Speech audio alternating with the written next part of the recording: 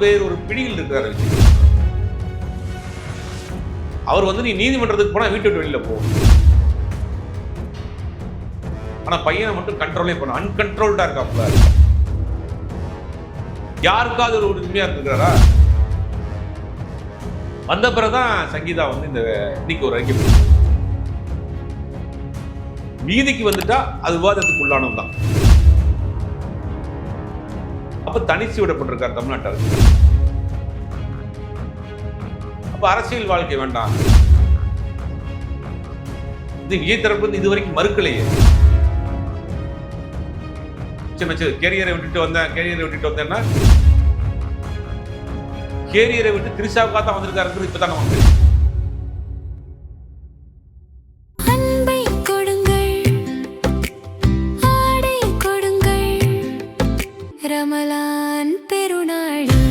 Super Saravana stores ஊடக அறத்தை கடைபிடித்து வரும் நியூஸ் போக்கஸ் தமிழ் சேனலை சப்ஸ்கிரைப் பண்ணி ஆதரவு தாருங்கள்.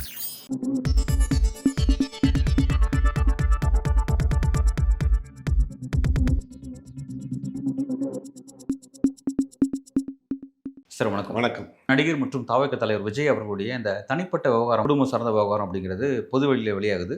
ஒரு அரசியல் சேனலில் அதை பற்றி விவாதிக்கிறது கிடையாது. பட் அவர் அரசியல் தலைவராக ஆகிட்டார் அப்படிங்கிறத பார்க்குறோம். ரெண்டாவது என்னன்னா, இன்றைய தினம் வந்து மகளிர் தினத்தை முன்னிட்டு அவர் வந்து தன்னுடைய கட்சியினுடைய அறிக்கை தன்னோட கட்சியினுடைய இந்த தேர்தல் அறிக்கையை வெளியிட இருக்கிறாரு. குறிப்பாக பெண்களுடைய நலன் சார்ந்து பல விஷயத்தை ஃபோக்கஸ் பண்ணுறதா அதில் சொல்லப்படுது. இந்த விஷயங்கள் எப்படி இருக்கும் பொழுது அவர் என்ன ஒரு தோற்றத்தை ஏற்படுத்தாருன்னா, திமுக அரசு பெண்களுக்கு பாதுகாப்பு இல்லை, நான் வந்து பெண்களுடைய நலன் சார்ந்து ஒரு அரசியல் செய்ய வந்திருக்கேன் அப்படின்ற மாதிரியான ஒரு தோற்றத்தை ஏற்படுத்த விரும்புகிறாரு. அந்த தோற்றத்துக்கு முழுக்க டேமேஜ் ஏற்படுத்துகிற விதமாக இங்கே சங்கீதா அவர்கள் என்ன சொல்கிறாங்க அப்படின்னா, விஜய் என்னை ரொம்ப சித்திரவதை பண்ணுறாரு, அவருக்கு எதிராக நான் வந்து என்னை ரொம்ப ஒரு ஹவுஸ் அரெஸ்ட்டில் பண்ணியிருக்காரு, எனக்கு வந்து ஆல்ரெடி பொருளாதார ரீதியான தடையெல்லாம் ஏற்படுத்தினாருன்னு நிறைய விஷயத்தை சொன்னாங்க. இப்போ என்ன சொல்கிறாங்க அப்படின்னா, என்ன வீட்டில் தங்க முடியல, நான் வழக்கு அவருக்கு எதாவது தொடுத்ததுனால என்னை தங்குவதற்கு வீட்டில் அனுமதிக்க மாட்டேங்கிறாரு அப்படின்ற மாதிரி வந்து ஒரு நிர்கதியாக நிற்கிறேன் அப்படின்ற மாதிரியான ஒரு விஷயத்த சொல்கிறாங்க. இது வந்து அரசியல் காலத்தில் பெரிய டிஸ்கஷன்ஸ்க்கு வந்துருச்சு. மாதர் சங்கம் இதை பற்றி கருத்து தெரிவிக்கிறாங்க. பாஜக தலைவர் தமிழிசை சவுந்தரராஜன் கருத்து தெரிவிக்கிறாங்க. ஒரு முக்கியமான ஒரு அரசியல் டைமென்ஷன், பர்சனல் விஷயங்கிறது ஒரு அரசியல் டைமென்ஷன் நோக்கி போயிட்டு இருக்கிறதா பார்க்க வேண்டியதாக இருக்குது. நீங்கள் இந்த விஷயத்தை எப்படி பார்க்குறீங்க? இல்லை, முதல்ல இந்த பெர்சனல் லைஃபு பொலிட்டிக்கல் லைஃபு அதை வந்து நம்ம வந்து மிக்ஸ் பண்ணக்கூடாதுமாங்க. மிக்ஸ் பண்ணி தான் ஆகணும். ஏன்னா பொதுவெளிக்கு பொது சேவை செய்வதற்காக, மக்கள் சேவை செய்வதற்காக வரக்கூடியவருடைய பெர்சனல் கேரக்டர் எப்படி இருக்குன்னு பார்க்கணும்ல. நீங்கள் மக்கள் சேவை செய்கிறேன், தமிழ்நாட்டை மாற்ற போகிறேன், நான் தான் தூய சக்தின்னு சொல்லக்கூடிய ஒரு நபர் தன்னுடைய சுய வாழ்க்கையில் எப்படி இருக்கிறாரு? இப்போ நீங்கள் ஒருத்தர் ஓட்டு கேட்டு போகிறாரு, அவருடைய பெர்சனல் தான் தண்ணி அடிக்கிறது, ஃபுல்லாக போதையில் போய் ஓட்டு கேட்டாலும் ஓட்டு போடுவாங்களா? இது வந்து நம்மளை வந்து வேறுபடுத்திக்கிறோம். பொது வாழ்க்கைக்கு வந்தது பிறகு அவருடைய பெர்சனல் லைஃபு சேர்ந்தே தான் விவாதிக்கப்படும். அது தனியாக கிடையாது. அது வீட்டுக்குள்ளே இருக்கிற வரைக்கும் அவங்களுடைய பெர்சனல் லைஃப் அதை விட்டுருங்க. வீதிக்கு வந்துட்டா அது விவாதத்துக்கு உள்ளானது தான். நம்ம பிரித்து பார்க்க வேண்டிய அவசியம் கிடையாது. அதை பற்றி பேசணும், வந்ததுனால பேச வேண்டியதாக இருக்குது. சொந்த மனைவி, காதலித்து திருமணம் பண்ணிய மனைவி, 27 வருடம் வாழ்ந்த மனைவி, 2 குழந்தைக்கு தாய், 20 வயதில் திருமணம் ஆகக்கூடிய வயதில் ஒரு பெண் இருக்கிறாங்க, 26 வயதில் ஒரு ஆண் இருக்கிறாரு, எல்லாரையும் வீட்டை விட்டு துரத்தி இருக்கிறாரு.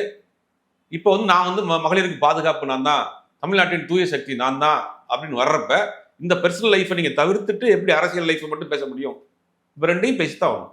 இப்போ இருக்கக்கூடிய பல தலைவர்கள் இன்னைக்கு இந்த மாதிரி 2ஆம் தார திருமணம் அப்படின்னு இருந்திருக்கிறாங்க, 2வது லைஃப் இருந்திருக்கு அப்படின்னா கூட அதை அவங்க பொதுவெளியில் பகிரங்கமாக ஒத்துக்கொண்டார்கள், வைத்திருக்கிறார்கள், அதை மறைக்கல. அந்த தரப்பிலிருந்து யாரும் இந்த மாதிரியான அவர்கள் மீது குற்றச்சாட்டு வைக்கல. என்னை வந்து துன்புறுத்தினாங்க, வழக்கறிஞர் மூலியமா மிரட்டினாங்க, என்னை வீட்டை விட்டு துரத்துனாங்க, நானும் என் குழந்தை இன்னைக்கு வெளியில் நிற்கிறோங்கிறது யாரும் சொல்லலை. அந்த 2 குடும்பத்தையும் அவங்க வந்து அனுசரிச்சு 2 குடும்பத்துக்கு தேவையானதெல்லாம் செஞ்சு அது 2 குடும்பத்தையும் காம்ப்ரமைஸ் பண்ணி வச்சிருந்தாங்க. இப்போ பொதுவெளிக்கு வந்ததுக்கு பிறகு அது அரசியல் கட்சி தலைவர், நான் தான் பெண்களின் பாதுகாவலன், தமிழ்நாட்டில் பெண்களுக்கு பாதுகாப்பு இல்லை அப்படின்னு சொல்றவர் தன் வீட்டில் இருந்த பெண்ணுக்கே பாதுகாப்பு இவரால் இல்லாமல் இருந்திருக்குங்கிறதா அந்த குற்றச்சாட்டு. இப்போ அவங்க அதான் வைக்கிறாங்க. இப்போ சங்கீதா விஜயை பொறுத்த வரைக்கும் அவங்க ஒரு ஷூட்டிங் பார்க்க வந்த ஒரு பார்வையாளராக இருக்காங்க. அவங்க பிறப்பில் வந்து ஒரு ஸ்ரீலங்காவை சேர்ந்தவங்க, இன்னைக்கு இலங்கையில் ஸ்ரீலங்காவை சேர்ந்தவங்க, லண்டனில் வாழக்கூடியவங்க. இல்லை, இலங்கை தமிழர் லண்டனில் இருக்கிறாங்க. அவங்க அப்பா ஒரு ரியல் எஸ்டேட் பண்ணுறாரு, ஒரு நகைக்கடை வச்சிருக்காரு, ஓரளவுக்கு வசதியான குடும்பத்தை சேர்ந்தவங்க தான். இப்போ தமிழ்நாட்டுக்கு ஒரு படத்தினுடைய சுற்றுலா வரப்போ ஷூட்டிங் பார்க்க போவோம் இல்லையா, அது மாதிரி பார்க்க போகிறாங்க. விஜய் பார்க்குறாரு, விஜய் தான் இவர்களை விரும்புகிறாரு. அப்போ இவங்க யாரும் தேடி கண்டுபிடிச்சி 2 குடும்பத்தையும் பேசி திருமணம் பண்ணிக்கிறாங்க. திருமண வாழ்க்கை ஸ்மூத்தாக போகுது. ஸ்மூத்தாக போன அப்புறம் ஒரு நடிகை எங்கள் வாழ்க்கைக்குள் வந்தாங்க, அதுக்கு பிறகு தான் எங்கள் வாழ்க்கையில் இவ்வளோ பெரிய சிக்கல் வந்துச்சுன்னு அவங்களே சொல்கிறாங்க. அப்போ நீங்கள் என்ன பண்ணியிருக்கணும்? மியூச்சுவலாக வந்து நீங்கள் வந்து 2 பேரும் பேசி வாழ்றது பிரியறது அவங்க தனிப்பட்ட 2 மனங்கள் சம்மந்தப்பட்ட விஷயம். அதில் யாரும் வந்து இது இல்லை. இவங்க என்ன சொல்றாங்க இன்னைக்கு சொல்லக்கூடிய குற்றச்சாட்டுல, அவர் வந்து நீ நீதிமன்றத்துக்கு போனா வீட்டு விட்டு வெளியில போ, வீட்டுக்குள்ள வரக்கூடாது. இது எந்த மாதிரியான மனநிலை? ஒரு வயது வந்த ஒரு பெண்ணு, மகள் இருக்காங்க, திருமணம் முடிக்கக்கூடிய ஒரு பையன் இருக்கு. எல்லாரும் நீங்க வீட்டு விட்டு வெளியில போங்க, அப்பா வேணாம், அம்மா வேணாம், பொண்டாட்டி வேணாம், புள்ள வேண்டாம், யாருமே வேண்டாம். நான் வந்து தமிழ்நாட்டுக்கு மக்களுக்கு நான் தான் பாதுகாப்புன்னு சொல்ற அரசியல் என்ன அரசியல்? வீட்டில் இருக்கக்கூடிய ஒரு பெண்ணுக்கே உங்களால் பாதுகாப்பு இல்லை. உங்கள் வழக்கறிஞர் மூலியமா நீங்க மிரட்டி இருக்கீங்க. அவங்க அதான் சொல்றாங்க. நான் வந்து யூகே சிட்டிசனு, ஆனா இங்க வந்து போறதுக்கு எனக்கு இங்க இடம் கிடையாது. இப்போ நான் அங்கெல்லாம் இருக்கேன். இங்க வந்தா எனக்கு தங்குறதுக்கு இந்த வீட்டை அலோவ் பண்ணுங்கன்றாங்க. நம்ம டைவர்ஸ் வாங்கல. அப்ப இதுல இருந்து நம்ம என்ன தெரிஞ்சுக்கிறோம்? கடைசி நிமிடம் வரை அவங்க ஏதாவது மனமாற்றம் ஆயிடுவார விஜய்ங்கிற முயற்சி பண்ணுவோம் வீட்டில் உட்காந்து. அவங்க அந்த முயற்சி எடுக்கிறாங்க. என்ன சொல்றாங்கன்னா பல கட்ட பேச்சுவார்த்தை 2021, 24, 25, 25ல கூட அவங்க ஒரு பேச்சுவார்த்தை நடத்திருக்காங்க. வழக்கறிஞர் மூலியமாக, வீட்டில் இருக்கக்கூடிய பெரியவர்கள் மூலியமாக விஜய் எப்படியா திருந்திடுவார், திருந்தி நம்ம வழி கொண்டு வந்துடலாம்னு பல முயற்சிகள் பண்ணியிருக்காங்க. எதுவுமே நடக்கல. இப்போ ஒரு கட்டத்துக்கு மேலே தான் அவங்க நீதிமன்றத்துக்கு போயிருக்கிறாங்க. இப்போ இப்பயும் என்ன சொல்றாங்கன்னா நீதிமன்றத்துக்கு வந்து நாடிட்டோம், வழக்கு நடக்கட்டும், எனக்கு ஒரு போர்ஷன் கொடுங்க, பெரிய பங்களாவா வச்சிருக்கீங்க, அதை நான் ஒரு போர்ஷன் எடுத்துட்டு போறேன். அப்போ குறைந்தபட்சம் அப்பயே வீட்டுக்குள்ள இருந்தாவது அவரை வந்து நம்ம வந்து திருத்திடலான்னு பார்க்குறாங்க. அது ஒரு காரணமாக இருந்தால் கூட அவர் வேறு ஒரு பிடியில் இருக்கிறார் விஜய். அவர் ஒரு ஆட்கள், குறிப்பிட்ட ஆட்களினுடைய பிடியில் இருக்கிறாரு. சொத்துக்கள்லாம் கூட அவங்க வந்து டிரான்ஸ்ஃபர் பண்ணக்கூடிய வேலை செஞ்சுருக்காங்க. இவங்க வந்து இன்னும் அந்த ஜீவனாம்சங்கிற அமௌண்ட் இவங்க ஒன்றும் கேட்கல. அது கேட்குறப்ப பெரிய அமௌண்ட் கேட்பாங்கன்னு சொல்றாங்க. ஏன்னா சொத்துக்கள் வேறு பக்கம் போயிடக்கூடாது. வேற ஒரு கூட்டம் வந்து இவரை மொத்தமாக இவர் ஒரு உச்ச நட்ச கேரியரை விட்டுட்டு வந்தேன்னா கேரியரை விட்டு திரிஷாவுக்காக தான் வந்திருக்காருங்கிறது இப்பதான் நமக்கு தெரியுது. அரசியலுக்கு வரல, மக்கள் சேவை செய்ய வரல. இப்ப பாக்குறப்ப அவருடைய செயல்பாடுகள், இவருடைய சேட்டைகள்லாம் பாக்குறப்ப இவர் எதுக்காக வந்திருக்காரு? ஏன் அவங்களோட கம்பேர் பண்ணி சொல்றீங்க? அவங்க கூட தான் வந்திருக்காரு. ஒரு நடிகையோடு இவருடைய தொடர்பு இருக்கு. அந்த நடிகையோடு இவர் வெளியில போறாரு. அவங்க வெளியில போன இடங்கள்ல இருக்கக்கூடிய போட்டோக்களை சோசியல் மீடியாவில் போடுறாங்க. அது எனக்கும் என் பிள்ளைகளுக்கு மன வருத்தமா இருக்குன்றாங்க. அந்த நடிகை யாரு அப்படிங்கிறப்ப இவர் பொது வழியில கூட்டு வர்றாரு. அவங்க தான் அப்படின்ற மாதிரி தானே எல்லாருமே அப்படித்தானே பேசுறாங்க. இது விஜய் தரப்புல இருந்து இது வரைக்கும் மறுக்கலையே, திரிஷா தரப்புல இருந்து இது வரைக்கும் மறுக்கலையே. நீதிமன்றத்துக்கு அதுக்கு பிரகாரம் பார்த்தா நீதிமன்றத்தில் அட்வொகேட்டை வச்சு இந்த வழக்கு வாபஸ் வாங்குங்க, நீதிமன்றத்துக்கு போகாதீங்க அப்படின்னு பல இடைஞ்சல்கள், மிரட்டல்கள் கொடுத்துட்டே இருக்கிறான்னு சொல்றாங்க. இன்னைக்கு மகளிருக்கான ஒரு நிகழ்ச்சியை நடத்துறாரு மகாபலிபுரத்தில். அதில் தேர்தல் எலெக்ஷன் மேனிஃபெஸ்டோ வேற சொல்ல போறாரு. பெண்களுக்கான சில உறுதிமொழியெல்லாம் கொடுப்பாரு.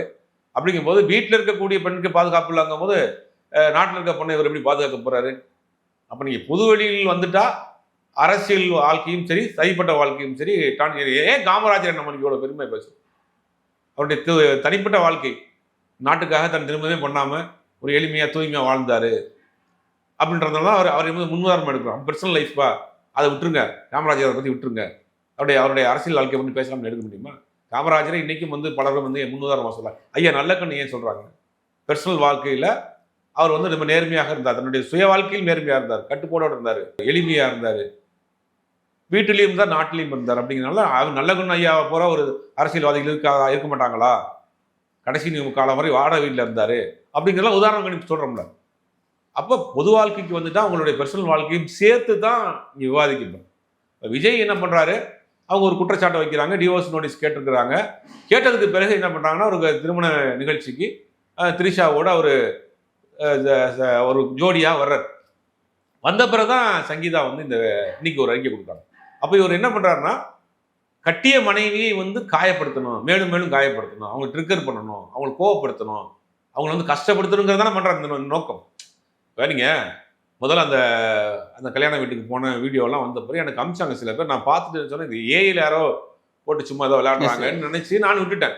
அப்புறம் சினிமா பிஆர் நிக்கில் முருகனுடைய வெப்சைட்லேயே போட்டிருக்கிறாங்க, அவரே போட்டிருக்காரு, அவருடைய பேஜ்லேயும் அவர் இன்ஸ்டா பேஜில் போட்டிருக்கிறாரு. இந்த மாதிரி ஒன்றா வர மாதிரி. அப்புறம் கன்ஃபார்ம் பண்ண பிறகு அது உறுதிப்படுத்தப்பட்ட செய்தியாக மாறிச்சு. இப்போ என்னன்னா ஏன் கூட்டு வரணும்? தேர்தல் நெருங்குற நேரத்தில் உங்களை சுற்றி ஒரு வதந்தி, ஒரு கசம்சாவை போயிட்டு இருக்கிற நேரத்தில் அதை உண்மைதான் அப்படின்னு உறுதிப்படுத்துகிற மாதிரி பொதுவெளிக்கு நீங்கள் அவங்கள கூட்டிகிட்டு வர்றது. அப்போ நீங்கள் வந்து உறுதிப்படுத்துறீங்க, நாங்கள் ஒன்றா தான் இருக்கிறோம் அப்படிங்கிறது உறுதிப்படுத்துறது தான் அந்த அர்த்தம். உறுதிப்படுத்துவதை காட்டணும் சங்கீதாவை நீங்கள் வந்து ட்ரிகர் பண்ணணும். அவங்களுடைய நீங்கள் என்ன சொல்கிற அந்த பார்த்தியா, நான் இப்படி தான் என்ன பண்ணுவேன் அப்படின்னு அவங்களை ஒரு பெண்ணை காயப்படுத்துவதுக்கு ட்ரிகர் பண்ணுறது. இதுதான் சேடிஸ்ட் மனோபாவம். வழக்கு நீதிமன்றத்தை கொடுத்துருக்காங்க, உங்களை சுற்றிய சம்பந்தமாக ஒரு பேச்சு போய்கிட்டு இருக்கு, ரெண்டு பேரும் தொடர்பு படுத்தி போயிட்டு இருக்கு. ஆமாம் அப்படின்னு நீங்கள் வெளியில் கூப்பிட்டு வர்றீங்கன்னா இதுதான் சேடிஸ்ட் மனப்பான்மை. இல்லை சார், இப்போ ஒரு அரசியலுக்கு வராரு, திமுக எதிர்த்து ஆக்ரோஷமாக அரசியல் பேசுகிறாரு, ரொம்ப போல்டாக நிறைய திமுக அட்டக்கு தான் பேசுகிறாருங்கிறத கவனிக்கிறோம். ஒரு அரசியல் தலைவர் ஆகிட்டார், நடிகருங்கிற ஒரு அரசியல் தலைவராக அந்த இடத்துக்கு வந்திருக்கிறார். இப்போ இந்த மாதிரியான ஒரு பிரச்சனைகளை வச்சுக்கிட்டு, அதுவும் தேர்தல் நெருங்கக்கூடிய காலகட்டமாக இருக்குது, அடுத்த மாதம் தேர்தல் அப்படின்னு பார்க்குறோம். இந்த காலகட்டத்தில் அவர் இப்படி நடந்துக்கிறது, மனைவி கிட்டேருந்து ஒரு குற்றச்சாட்டு பொது வெளிக்கு வரதும் சரி, அதை உறுதிப்படுத்துகிற மாதிரி அவர் இன்னொரு நிகழ்ச்சியில் வேற ஒரு நடிகையோடு சேர்ந்து ஒரு விஷயங்களை இது பண்ணுறதும் சரி, இதெல்லாம் வந்து பொலிட்டிக்கலாக எலெக்ஷனில் தனக்கு வந்து செட்பேக் ஏற்படுத்தாதுங்கிறதெல்லாம் அவர் யோசிக்கலையா? ஏன் இந்த போக்கில் போகிறார்? நல்ல கேள்வி தான். அவருக்கு என்னன்னா வலுவான கூட்டணிகள் அமையல. தமிழ்நாட்டை பொறுத்த வரைக்கும் கூட்டணிகள் தான் வெற்றியை தீர்மானிக்குது. அண்ணா காலத்துல இருந்து கடந்த 50 வருஷத்துல அதான் ரிசல்ட் நம்ம பார்க்குறோம். இந்த அரித்மேட்டிக் இதுதான் வந்து எண்ட் ஆஃப் த ரிசல்ட் தான். விஜய்க்கு கூட்டணி இல்லை, பெருசாக வலுவான கூட்டணி அவரால் கட்டமைக்க முடியல. அவர் என்ன சொல்றாரு, ஆட்சி அதிகாரத்தில் பங்கு தர்றேன், நான் தான் மாற்று சக்தி தூய சக்தி எல்லாம் பேசி பார்த்தாரு. யாருமே தமிழ்நாட்டில் 70 கட்சிகள் இருக்கு, மொத்தம் அரசியல் கட்சிகள் பதிவு செய்யப்பட்ட கட்சி 70 கட்சிகள் இருக்கு. ஒரு கட்சியில் கூட ஒரு கட்சி கூட அவரோட இது வரைக்கும் கூட்டணிக்கான வரல. அப்போ கூட்டணிங்கிறது அவருக்கு வந்து காணொலியராக போச்சு. கூட்டணிங்கிறது முடிஞ்சு போச்சு. அப்போ தனிச்சு விடப்பட்டிருக்கார் தமிழ்நாட்டு அரசியல். தனிச்சு நின்னோம்னா நம்ம எத்தனை பர்சன்டேஜ் வாங்குவோம்? அதிகபட்சமாக வெற்றி வாய்ப்பை தானே வெற்றி பெற முடியாதுங்கிற அளவுக்கு அவர் தோணிட்டார். எனக்கு தெரிஞ்ச ஒரு தேர்தலையே கண்டஸ்ட் பண்ணுவாராங்கிறது தெரியல. ஏன்னா ஒரு குறைந்தபட்சம் ஒரு 30% வேணும். 4 முனை போட்டியாக வாக்குகள் சிதறினா கூட ஒரு 30% இருந்தால் தான் நீங்கள் ஒரு சட்டமன்ற உறுப்பினராகவே ஆக முடியும். அப்போ நம்ம அந்த உயரத்தை கூட எட்ட முடியாது அப்படிங்கிறது அவருக்கு தெரிஞ்சிருச்சு. அப்போ அரசியல் வாழ்க்கை வேண்டாம், இல்லற வாழ்க்கையில சந்தோஷமா இருக்குங்கிற ஒரு முடிவுக்கு வந்துட்டாருங்கிறத நான் கெஸ் பண்றேன். இல்லைன்னா எந்த ஒரு அரசியல் கட்சி தலைவரும் அவர் மேல் வைக்கக்கூடிய ஒரு குற்றச்சாட்டு, அவரை சுற்றி நடக்கக்கூடிய ஒரு பரபரப்பான செய்தியை ஆமா அப்படின்னு உறுதிப்படுத்துற மாதிரி பொதுவெளிக்கு வந்து உறுதிப்படுத்த மாட்டாங்க. எஸ், இதெல்லாம் வந்து தனக்கு ஒரு பின்விளையாக வரும், பெரிய விமர்சனமாக ஒரு மைனஸாக மாறுங்கிறதெல்லாம் யோசிக்கலையா? இல்லை, அதுதான் நான் சொல்றேனே, அவருக்கு அரசியலினுடைய அந்த போர் அடிச்சு போச்சு அரசியல். யாரோ அவர்கிட்ட சொல்லியிருக்காங்க, பேபி பேபி எனக்கு அந்த டாக் வாங்கி கொடு பேபி, பேபி பேபி நான் CM on baby, okay baby நம்ம ஒரு கட்சி ஆரம்பிச்சலாம் பேபி அப்படின்னு 2 பேரும் சேர்ந்து ஆரம்பிச்ச கட்சி வேறு தான் இருக்கு. இப்போ அதுலயே அவருக்கு நம்பிக்கை போயிடுச்சு. ரொம்ப அண்டர்ஸ்டிமேட் பண்ணி பேசுறீங்க சார் தாவேக கட்சியை. வேற என்ன பண்ணாங்க? இவர் ஆட்சி அதிகாரத்தில் பங்குனாங்க, யாரோ வந்தாங்க தமிழ்நாட்டில். திமுக நோக்கி அவங்களோட வாக்குறுதி நிறைவேற்ற மாட்டேங்கிறாங்க. அவங்க ஆட்சியில் இருக்கிற சட்ட ஒழுங்கு பிரச்சனையா இருக்கட்டும், இல்லை பல்வேறு கனிம கொள்ளையா இருக்கட்டும், அந்த மாதிரியான நிறைய விஷயத்த வந்து பின் பாயிண்ட் பண்ணி பேசுறாரு. அவர்கிட்ட பொலிட்டிக்கல் சில லேக்ஸ் இருக்கு, புரிஞ்சுக்க முடியுது. ஆனா ஆளும் அரசு எதிர்கட்சி செய்ய வேண்டிய அரசியல் அவர் செய்யறாரு. இல்ல அப்படி அரசியல் மீதான பாஜக என்ன பண்ணுது? இல்ல பாஜக விட்டுருங்க, அவர் திமுக. நான் என்ன கேட்கிறேன், இதே அரசியல் தான் பாஜக பண்ணுது, அதிமுக பண்ணுது, நாம் தமிழர் பண்ணுது. இவரை பூசா பண்றாரு. இவர் பண்ண கூடுதல் இம்பாக்ட் கிடைக்குது. அதுக்கு அந்த ஒரு சினிமா நடிகராக இருக்கிற போது அது செய்தி அதிகமா போய் சேருது, அவ்வளவுதான். இந்த அரசியல் தாங்க ரொம்ப நாளா பண்ணிட்டு இருக்காங்க. நான் என்ன கேட்கறேன்னா, இவ்வளவு அழகா அரசியல் செய்யறாரு, இந்த அளவுக்கு அடிச்சு பேசி அரசியல் செய்யறாரு, ஏன் இவருக்கு அரசியல் மீது இன்ட்ரெஸ்ட் இல்லை? நீங்க ஏன் சொல்றீங்க? நீங்க சொல்றது என்னன்னா, இவ்வளவு தெளிவா பேசுறியே, பர்சனல் லைஃப்ல இவ்வளவு ஓட்டை வச்சிருக்கியவா அப்படின்னு கேட்க வர்றீங்க. அது என்னன்னா, கூட்டணி வலுவா ஏற்கனவே சொன்ன மாதிரி தான், கூட்டணி வலுவா அவருக்கு அமையலைங்கும் போது அவர் வந்து அவரே யதார்த்த நிலைமை என்னன்னா, அவருக்கான பர்சன்டேஜ் 10% தான் இப்போ உள்ள நிலைமை. இன்னும் நாள் போக போக அவர் பையன் பேட்டி கொடுக்க போறாரு, மனைவி பேட்டி கொடுக்க போறாங்க. மனைவி கண்டிப்பாக பேட்டி கொடுக்கறதுக்கு ஒரு முக்கியமான ஒரு ஊடகங்கள்லாம் பேசிக்கிட்டு இருக்கிறாங்க. அதனால கண்டிப்பாக அவங்க வெளியில பொது வழிக்கு வந்து வாய் தொடர்ந்து பேசினாங்கன்னா இன்னும் ரொம்ப பலவீனமா போயிடும் கட்சி. பையன் பேச ஆரம்பிச்சாருன்னா அவங்க அப்பாவை மனைவியை சமாதானம் பண்ணக்கூடிய வேலை பண்ணிட்டு இருக்காங்க. எஸ்ஐசி பேசி கொஞ்ச நாளைக்கு அமைதியாருமா, வழக்கு இருக்கு பேசாதீங்கன்னு எஸ்ஐசி தரப்புல இருந்து பேசுறதா ஒரு தகவல் சொல்றாங்க. ஆனா பையனை மட்டும் கண்ட்ரோலே பண்ண அன்கண்ட்ரோல்டா இருக்காப்புல, கட்டுமையான கோவத்தில் இருக்காப்புல. ஒட்டுமொத்த எங்கள் இமேஜ் போயிடுச்சு, எங்களுடைய அப்பா என்னுடைய லைஃப், என் தங்கச்சியோட லைஃப்லாம் நீங்க எப்படி பாத்தீங்களா, யோசிச்சிங்களா அப்படிங்கிற மாதிரி அந்த பையன் ரொம்ப ஒரு இதா இருக்கா, கோபம்.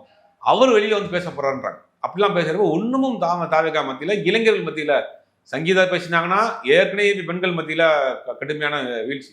விஜய் ஆதரித்து இருந்த பலர் இன்னைக்கு சோசியல் மீடியாவில் பார்க்குறோம், கடுமையாக விமர்சனம் பண்ணுறாங்க. இப்போ இந்த சஞ்சய் மாதிரியான நபர்கள் வெளியே வந்து பேசுறாங்க, இளைஞர் மத்தியிலையும் ஒரு பெரிய பின்னடைவு ஏற்படும். அப்படி எப்படி சுற்றி பார்த்தாலும் விஜய்க்கு இந்த எண்ட் ஆஃப் த ரிசல்ட் தெரிஞ்சிச்சு. ஒரு 10%க்குள்ளே வாங்குறதே பெரிய விஷயம். இது எதுக்குப்பா நம்ம தேர்தலுக்கு போய்கிட்டு வெயிலில் போய்கிட்டு இப்போ பிரச்சாரம் பண்ணிக்கிட்டு விமர்சனம் பண்ணிக்கிட்டு அது 4 பேர் உட்காந்து பேசிக்கிட்டு யூடியூப்ல பேசிக்கிட்டு டிபேட்டில் பேசிக்கிட்டு அதுக்கு நம்ம பதில் சொல்லிக்கிட்டு பேசாமல் இந்த அரசியலே வேண்டாம், நமக்கு அரசியல் செட் ஆகலை. ஒன்று பொதுவாக சொல்கிறேன்னா, விஜய் கூட ஒர்க் பண்ண நம்ம வீடியோவில் நிறைய பேசியிருக்கோம். விஜயனுடைய பெர்சனல் கேரக்டரே ரொம்ப வந்து ஒரு மாதிரி தனிமை விரும்பியாக இருக்கக்கூடிய ஒரு நபர். அவருக்கு அரசியலுக்கு அவருடைய சுபாவமே ஒத்து வராது. யாரோ பேபிட்டு ஆசைப்பட்டிருக்கிறாங்க, அதனால ஆரம்பிச்சப்பட்ட கட்சி தான் அது. கடைசி அந்த பேருக்கு இப்பதான் அர்த்தம் நமக்கு புரியுது. டிவிக்கேங்கிறதே அர்த்தம் நமக்கு இப்பதான் புரியுது. சரி, கட்சிக்கூட அதெல்லாம் அது டீகோட்லாம் பண்ணாங்க, அது இல்ல அப்படி பேசிக்கிறாங்க, வெளியில பேசிக்கிறாங்க. அப்ப இது என்னன்னா, நம்ம வந்து அவருக்கே அரசியலில் ஒரு நாட்டம் குறைந்துச்சு. இல்லைன்னா யாருமே செய்ய மாட்டாங்க. உங்களை சுற்றி ஒரு செய்தி போய்கிட்டு இருக்கு. உங்க மனைவி உங்க மேல ஒரு டிவோர்ஸ் அப்ளை பண்ணியிருக்கிறாங்க. ஒரு நடிகையோட தொடர்பு, அந்த நடிகை இதுதான், இந்த பாரு அப்படின்னு பொது வழிக்கு வர்றப்ப பெண்கள் மத்தியில அவருக்கு ஒரு இமேஜ் போகுங்கிறது தெரியாதா? எஸ், இப்போ இன்னைக்கு ரொம்ப ஒரு முக்கியமான டெவலப்மெண்ட்டாக நான் ஏற்கனவே கேட்ட மாதிரி தான் மாதர் சங்கம் பெண்களுக்கான ஒரு விஷயத்துக்கு குரல் கொடுக்கக்கூடியவங்க. அவங்க வந்து இப்போ விஜய்க்கு எதிராகவும் சங்கீதாக்கு ஆதரவும் கருத்து தெரிவிக்கிறாங்க. மாதர் சங்கம் மட்டும் கிடையாது, பல கட்சியில் இருக்கக்கூடிய பெண் நிர்வாகிகளும் பேசுறாங்க. பாஜக இதே திரிசாவை தொடர்பு பத்தி நயனா நாகேந்திரன் பேசுறப்ப தமிழ்நாட்டில் எல்லா கட்சிகளையுமே கண்டிச்சாங்க. ஆமா, அதை நம்ம அப்ப கண்டிப்பாக பெண்களுக்கு சம்பந்தமான ஒரு பிரச்சனை வர்றப்ப தமிழ்நாட்டில் குரல் கொடுப்பாங்க. அப்ப திரிசாவுக்கு ஆதரவு கொடுத்தவங்க தானே இதே சவுந்தரராஜன், இதே அதே வானதி சீனிவாசன் திரிசாவுக்கு ஆதரவாக தானே பேசுனாங்க. தமிழச்சி தங்க பாண்டியன் பேசினாங்க, கனிமொழி பேசியிருந்தாங்க, எல்லாரும் கண்டிச்சிருந்தாங்க. பொது வழியில ஒரு பெண்ணை வந்து நீங்க எப்படி பேசலான்னு. ஆனா அதெல்லாம் தாண்டி ஒரு அதுதாங்கிறது உறுதிப்படுத்துற மாதிரி கூட்டு வர்றாரு. இப்ப சங்கீதா பாயிண்ட் ஆஃப் வியூல 27 வருடம் வாழ்ந்த ஒரு பெண் வந்து வெளிநாட்டிலிருந்து ஒரு இலங்கையை சேர்ந்த பெண் வந்து தமிழ்நாட்டில் ஒரு நடிகரை நம்பி வந்து வாழ்ந்து 2 குழந்தையை பெற்றெடுத்து வளர்த்து ஆளாக்கி இன்னைக்கு அவர் வந்து தனிமையில் நிற்கிறாங்க, தனிமைப்படுத்தப்பட்டிருக்கிறாரு, அவரை மிரட்டப்படுறாங்க. ஒரு தனிநபராக அவருக்கு வந்து பாதுகாப்பு இல்லாத சூழ்நிலையா இருக்குது. அப்படிங்கும்போது ஒட்டுமொத்தமாக பெண்கள் அமைப்பாக இருக்கட்டும், பெண்கள் கட்சியில் இருக்கக்கூடிய பெண்களாக இருக்கட்டும், எல்லாரும் வந்து இன்னைக்கு கண்டனங்களை பதிவு பண்ணிட்டு இருக்காங்க. இது ஒரு இயற்கையான ஒரு விஷயம் தானே. இப்போ இந்த இடத்துல வந்து பாஜக தலைவர் தமிழிசை சவுந்தரராஜன் தெரிவிச்ச கருத்துங்கிறது அவங்க அடிப்படையில் ஒரு பெண் அப்படிங்கிறனால அந்த கருத்து தெரிவிச்சாங்களா, அல்லது அதை ஒரு கட்சியோட கருத்தாவே அதை நம்ம தான் இல்ல பார்க்கலாம்? அப்படி பாத்தீங்கன்னா வானதி பேசியிருந்தாங்கல்ல, வானதி சீனிவாசன் வந்து அவங்க கட்சியினுடைய தலைவர் பேசினதுக்கே அவங்க கண்டிச்சிருந்தாங்கல்ல. இப்ப சிவாஜி கிருஷ்ணமூர்த்தி பேசினதுக்கு கனிமொழியை கண்டிச்சிருந்தாங்க. தமிழ்நாட்டில் இருந்து கொஞ்சம் அந்த நாகரீகம் இருக்கு. திமுகவில் இருக்கக்கூடிய ராதாரவியை திமுக விளக்குனாங்க. ராதாரவி குஷ்புவை பத்தி ஒரு இதுல பேசுறாரு அப்படிங்கிறதுக்காக தான் கட்சியினுடைய முக்கிய நட்சத்திர பேச்சாளர் ராதாரவி நீக்க பண்ணாங்க. கனிமொழி அன்னைக்கு கண்டிச்சாங்க. அந்த மாதிரி கட்சிகள் தாண்டி பெண்களுக்கான ஒரு விஷயம் வரப்ப தமிழ்நாட்டில் கட்சி பேதமின்றி ஒன்று சேருவாங்க. இப்போ அப்படித்தான் குரல் கொடுக்குறாங்க. திரிஷாவுக்கு கூட அதே குரல் தான் கொடுத்தாங்க, இப்போ சங்கீதாவுக்கு கொடுக்குறாங்க. அவ்வளவுதான். இதுல ஒன்றும் பெரிய வித்தியாசம் அரசியல் நோக்கம்லாம் தேவையில்லை. பெண்களுக்கான ஒரு பாதுகாப்பு இல்லை அப்படின்னு. ரெண்டாவது, இவர் வந்து எந்த ஓட்டுகளை காரணம் பண்றாரு விஜய்? பெண்கள் ஓட்ட காரணம், சிறுபான்மை ஓட்ட டார்கெட் பண்றாரு, மீனவர் ஓட்ட யங்ஸ்டர்ஸ் வாக்கு டார்கெட் பண்றாரு. இதை மூணுக்கும் நம்ம டீட்டெயிலா சொல்லலாம். பெண்கள் ஓட்டு அப்படின்னா தன் மனைவிக்கு இவரால் பாதுகாப்பு கொடுக்க முடியல, இவரால் ஆபத்து அப்படின்னு பேசுறாரு. தன் வீட்டில் இல்ல ரைட். இப்ப நான் ஓகே சொல்லிடுறேன். இப்ப இவர் பெண்களுக்கு நான் தான் பாதுகாப்பு, நான் தான் அத்தாரிட்டி, இந்த விஜயனா தான் ஒட்டுமொத்த பெண்களினுடைய பாதுகாவலர்னு பேசக்கூடியவர். 27 வருடம் உங்களை நம்பி வந்த பெண்ணை இன்னும் 2 பேருடைய லைஃப்ங்கிறது சுமூகமா பேசி முடிஞ்சு நீங்க மிரட்டக்கூடிய அளவுக்கு நீங்க போயிருக்கீங்கன்னா உங்களை நம்பி வந்த பெண்ணை உங்களால் பாதுகாப்பு இல்லாமல் இருக்கிறாங்க. ரைட். மீனவர்கள் நலன் பாதுகாப்பு, நான் தான் மீனவர்களுடைய பாதுகாவலர்னு பேசுறாரு. இவருடைய மன்றத்தில் கிட்டத்தட்ட நீண்ட காலம் இருந்த வந்து அஜிதா ஆக்னஸ்னு ஒரு லேடி பார்த்துருப்பாங்க, தூத்துக்குடி மாவட்ட நிர்வாகியாக இருந்தவங்க. அவங்க வந்து மக்கள் மன்றமா, விஜய் மக்கள் மன்றமா இருக்கிறப்பயே சொந்த காசை போட்டு பல நலத்திட்டங்களை பண்ணவங்க. கட்சி ஆரம்பிச்சப்ப மாவட்ட செயலர் கேட்குறாங்க, அதுக்குள்ள ஏதோ பிரச்சனை நடக்குது. அவங்க வந்து விஜயினுடைய வீட்டு வாசப்படியிலேயே உண்ணாவிரதம் இருந்தாங்க, தர்ணா பண்ணாங்க. விஜய் இவரை பார்த்துக்கிட்டு கார் மாடி போய் விழுந்தாங்க. அந்த காரை தள்ளி விட்டுட்டு உள்ள போய் உட்காந்தாரு, கூப்பிட்டு கூட பேசல. இந்த அஜிதா ஆக்னஸ்ங்கிற ஒரு மீனவ சமூகத்தை சேர்ந்த ஒரு கிறிஸ்தவ பெண்ணை வந்து வீட்டு வாசப்படியில் உட்காந்து நியாயம் கேட்டாங்க. நான் இவ்வளவு நாள் கஷ்டப்பட்டிருக்கேன், கட்சியில மன்றத்துல இருந்து இருக்கிறேன், நீ குறைந்தபட்சம் கூப்பிட்டாவது பேச. விஜய் கூப்பிட்டு கூட பேசல. ஆனா அதே நேரங்களில் திமுக என்ன நடக்குது? திமுகவில் பெண்கள் பாதுகாப்பு அப்படிங்கிற போது இன்னைக்கு பெண்களுக்கு உரிய அங்கீகாரமும் பதவிகளும் கொடுத்துட்டே இருக்காங்க. இப்ப மீனவர் பாதுகாப்புன்னு பேசுறாரு விஜய். கான்ஸ்டன்ட் ரவீந்திரன் ஒருத்தர் நாடாளுமன்ற உறுப்பினராக, ராஜ்யசபா நாடாளுமன்ற உறுப்பினராக தேர்ந்தெடுக்காங்க திமுக சார். அவர் ஒரு மீனவ சமூகத்தை சேர்ந்தவர். மீனவ சமூகத்தின் பிரதிநிதி ராஜ்யசபாவில் ஒழிக்கணும் அப்படிங்கிறதுக்காக அவரை தேர்ந்தெடுத்திருக்காங்க. இன்னைக்கு மீனவ அமைப்புகள்லாம் கூட நேற்று முதலமைச்சரை பார்த்து நன்றி தெரிவிச்சிருக்காங்க. இப்போ இளைஞர்களுக்கு நான் தான் வழிகாட்டிட்டாரு. தான் பெற்ற பிள்ளையும் மகனையுமே இன்னைக்கு வந்து கண்டுக்கிறான், ஓட்டில் விட்டுருக்காரு. இவர் தான் இளைஞர்களுடைய வழிகாட்டியா? ஒரு குடும்பம் தான் ஒரு நாள், ஒரு மாநிலம், அது எல்லா தரப்பு இருப்பாங்க. ஒரு பெண் இருக்காங்க, வயதுக்கு வந்து 20 வயது உங்களுடைய மகள் இருக்கிறாங்க, 26 வயதுல மகன் இருக்காங்க, யாரையுமே பார்க்கலையே. சரி, என்னதான் மனைவி கணவன் மனைவி உள்ள கருத்து வேறுபாடுகள் பிரச்சனை இருந்தாலும் பெத்த பிள்ளையை நீங்க எப்படி விட்டுருப்பீங்க? எப்படி துரத்து? அந்த பையன் இன்னைக்கும் வந்து கேட்க நேரில் ரூம் எடுத்து தங்கியிருக்கிறாரு. விஜயனுடைய மகன் தான் பெத்த பிள்ளைய வீட்டை விட்டு துரத்தி விட்டுட்டு இந்த வீட்டுக்குள்ள யாரையா வச்சுக்கிட்டு என்னென்னமோ பண்ணிட்டு இருக்கீங்க. நீங்க எப்படி இந்த தமிழ்நாட்டில் இருக்கக்கூடிய இளைஞர்களுக்கு பாதுகாப்பு? கணவன் மனைவிக்குள்ள 1000 கருத்து வேறுபாடு இருக்கட்டும், அது உங்களுடைய பர்சனல் லைஃப், உங்களுடைய ரத்தம் தானே, உங்களுடைய பிள்ளை தானே. உங்க பிள்ளை உங்களை விட்டு வெளியில வந்து இங்க இருக்கிற அதே ஊர்ல தனியா இருக்கு. கல்யாணம் பண்ணி அந்த பையன் அப்ப குடும்பத்தோட போயிருந்தா கூட அது வேற விஷயம். எல்லா குடும்பத்தையும் ஏற்கனவே நடக்கும், கல்யாணம் பண்ணுவாங்க, பிரச்சனை வரும், போவாங்க. ஒரு 26 வயசு பையன், அந்த பையனுக்கு இன்னைக்கு தான் வாழ்க்கையில் எடுத்து வைக்கிறாரு. வழிகாட்ட வேண்டிய நீங்க துரத்தி விடலாமா? யார் இந்த வேலை செய்வா? அப்ப தமிழ்நாட்டில் இருக்கக்கூடிய இளைஞருக்கு நீங்க தான் பாதுகாப்பா? உங்களோட 20 வயசு பொண்ணு, வயது வந்த பொண்ணு, அந்த பொண்ணுக்கு திருமணம் பண்ற வயசு இப்ப. நீங்க ஒரு தகப்பனாங்க என்ன பண்ணிருக்கீங்க? கட்டிய மனைவிக்கு என்ன பண்ணிருக்கீங்க? 27 வருடம் அந்த மனைவி என்ன பண்ணிருக்கீங்க? இப்ப இந்த எல்லா உங்களை நம்பி வந்தது மீனவ பெண்ணுக்கு நான் நீங்க துரத்தி விட்டீங்களே. எல்லா கேட்டகரியுமே சொல்றேன். இப்போ இஸ்லாமியர்கள் பாதுகாப்புங்கிறாரு. திருப்பரங்குன்ற விஷயத்த உங்க நிலைப்பாடு என்ன? கிறிஸ்தவர் பாதுகாப்புங்கிறாரு. மைக்கேல் பட்டியல என்ன நடந்துச்சு? அதுக்கு உங்களுடைய கருத்து என்ன? விவசாயிகள் பாதுகாப்புன்னு போன தஞ்சாவூர் தோல்ல துண்டெல்லாம் போட்டிருக்காரு. 3 வேளாண் சட்டங்கள் வந்துச்சு. இந்தியா முழுவதும் போராட்டம் நடந்துச்சு. அப்ப நீங்க எங்க போனீங்க? இவர் முழுவதுமாக பொய்யுங்க. அது ஒரு போலி பிம்பம். நம்ம ஆரம்பம்னு சொல்றோம். பேசுறதெல்லாம் பொய். பேசுறதெல்லாம் போலி. யாருக்காவது ஒரு உண்மையா இருந்திருக்காரா? விவசாயிகளுக்கு உண்மையா இருந்திருக்காரா? 3 வேளாண் சட்டங்கள் வந்தப்போ என்ன பண்ணிட்டு இருந்தாரு? குறைந்தபட்சம் ஒரு சாமானியன் கூட தன்னுடைய சமூக வலைதளங்களில் சேவ் ஃபார்மர்ஸ் போஸ்ட் போட்டான். நீங்க என்ன பண்ணீங்க? உச்ச நட்சத்திர நடிகர் நீங்க வாய் திறந்தீங்களா? உங்க வீட்டுக்கு கொடுக்க பெண்ணுக்கு பாதுகாப்பு இருக்கா? மகளுக்கு பாதுகாப்பு இருக்கா? மகனுக்கு பாதுகாப்பு இருக்கா? நீங்க குறைந்தபட்சம் அடிப்படையான உங்களுக்கு பர்சனல் லைஃப்லயே ஒரு நியாயமற்றவரா இருக்கீங்களே, நேர்மையற்றவரா இருக்கீங்களே. நீங்க எப்படி தமிழ்நாட்டுக்கு மாற்றமா இருக்க போறீங்க? மாற்றா இருக்க போறீங்க? உங்களுக்கு ஏதோ ஒரு அழுத்தம், யாருடைய ஆசை, அதுக்காக ஒரு கட்சி ஆரம்பிச்சிருக்கீங்க. அதுவுமே உங்களை நம்பி யாரும் நீங்க கூட்டணிக்கு வரல. அப்படிங்கும்போது அரசியல் வேணாங்கிற முடிவு எடுத்துட்டு இந்த மாதிரியான வேலைகள் இறங்கியிருக்காரு. இது அப்படிதான் புரிஞ்சுக்கணும். அவருக்கு அரசியல் மீது இன்ட்ரெஸ்ட் இல்லை அப்படிங்கிறதான் புரிஞ்சுக்கணுமா? முழுவதுமாக அவர் யாருமே செய்ய மாட்டாங்க. ஒரு பொது வெளியில 2 பேரை இணைத்துத்தான் ஒரு செய்தி போய்கிட்டு இருக்கு. நீங்க எப்படி உறுதிப்படுத்துவீங்க? இந்த மாதிரி கூட்டு வருவீங்க? அப்ப அரசியலே வேண்டாம், நம்ம பழையபடி சினிமாவுக்கு போயிடுவோம். அரசியல் ரொம்ப ஸ்ட்ரெஸ்ஸா இருக்கு, நிறைய கேள்வி கேட்குறானுங்க, வெயிலில் வளையணும், மேடையில் பேசணும். சினிமாவை பொறுத்த வரைக்கும் ஒருத்தர் வசனம் எழுதி கொடுப்பாரு, ஒருத்தர் பாட்டு பாடுவார், நம்ம போய் நடிச்சுட்டு மட்டும் வந்துடலாம். அரசியல் அது மாதிரி தான். ஒருத்தர் கூட்டம் போடுவார், ஒருத்தர் எழுதி கொடுப்பாரு, நம்ம பேசிட்டு மட்டும் வந்தால் போதும் முதலமைச்சர் ஆகலாம் நினச்சிருந்தார் விஜய். அதுக்கு பின்னாடி மிகப்பெரிய கள செயல்பாடுகள்லாம் இருக்குது, மக்கள் பிரச்சனை எல்லாம் இருக்குங்கிறது அவர் தெரியலை. அப்போ இவருக்கு இப்போ தான் ரியாலிட்டி புரியுது. இப்போ அரசியல் வேண்டாங்கிற முடிவுக்கு விஜய் வந்துட்டார். விஜய் அவர்கள் அரசியல் தலைவர் ஆனதுக்கு அப்புறம் கூட எதை பற்றியும் கவலைப்படாமல் தன்னோட பர்சனல் விஷயம் சார்ந்து வெளியில் வேற ஒரு மெசேஜை கன்வே பண்ணிட்டார். அந்த நடிகையோட பொது நிகழ்ச்சியில் கலந்துக்கிட்டது அப்படிங்கிற அந்த சம்பவங்கிறது அவர் தேர்தலை பற்றி கவலைப்படல, எலெக்ஷனை பற்றி கவலைப்படல, அரசியல் தலைவருங்கிறத பற்றி கவலைப்படாமல் அந்த இடத்துக்கு அவர் நகர்ந்துட்டார் அப்படின்னு சொல்லியிருக்கீங்க. அதோடைய விளைவு அவர் அரசியல் விட்டு விலக போகிறார் அப்படிங்கிற மாதிரி நீங்கள் சொல்லியிருக்கீங்க. உண்மையில அதை நோக்கி தான் போதும் அப்படிங்கிறத பொறுத்திருந்து பார்ப்போம் சார். நன்றி.